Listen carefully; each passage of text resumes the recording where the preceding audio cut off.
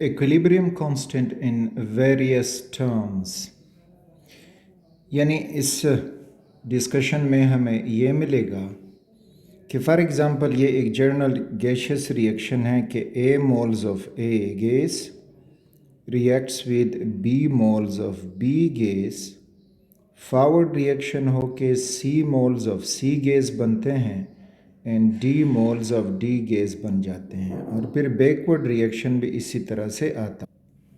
अब इसके लिए जो इक्विलिब्रियम कांस्टेंट है इसको मैं यहाँ से लिख दूंगा कि K equilibrium is equal to, तो मोलर कंसंट्रेशन ऑफ C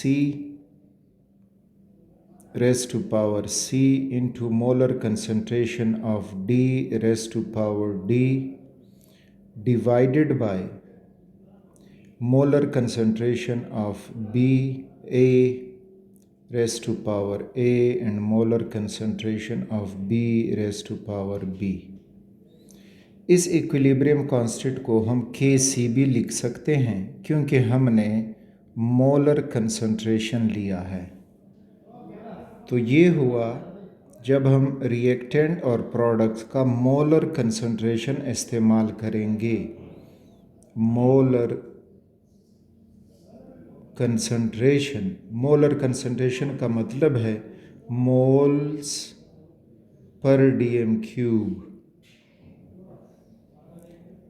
अब हम इसके दूसरे कंसंट्रेशन यूनिट भी इस्तेमाल कर सकते हैं इन टर्म्स ऑफ पार्शियल प्रेशर।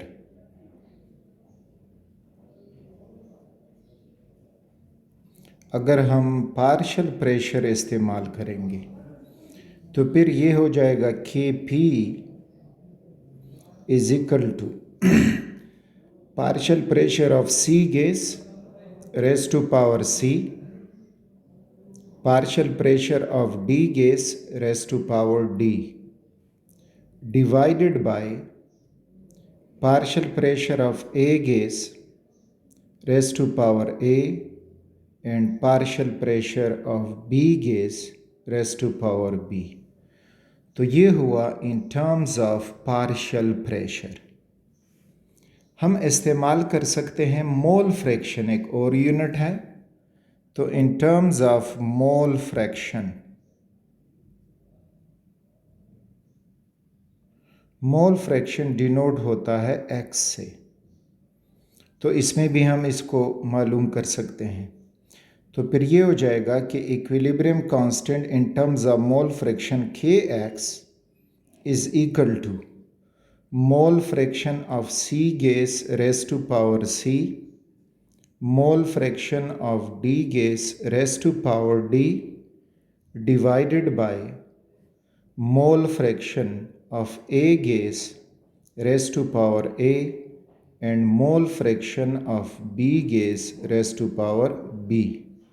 तो इस तरह से हमने मोल फ्रैक्शन में भी Kc की वैल्यू मालूम की। फिर हम मोल्स में भी मालूम कर सकते हैं, जस्ट मोल्स हों इन टर्म्स ऑफ मोल्स, तो वो हो जाएगा Kn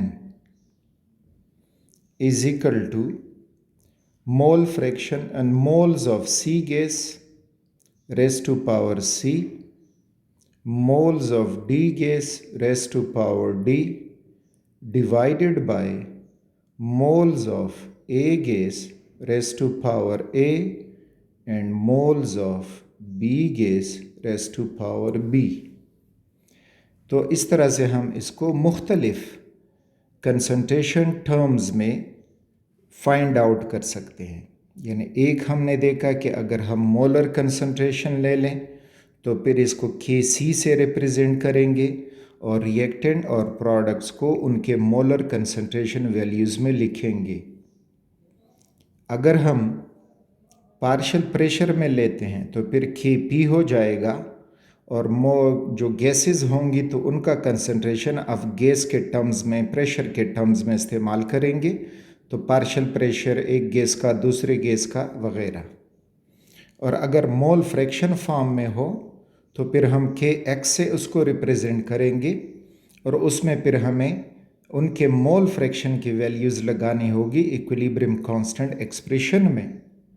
और अगर हम जस्ट मोल्स ले लें तो फिर Kn इस्तेमाल करेंगे और उनके वैल्यूज़ जो हैं मोल्स के फॉर्म में इक्वेशन में डालेंगे। तो ये था equilibrium constant concentration, molar concentration के अलावा दूसरे टर्म्स में अगर हम इसको मालूम करना चाहें।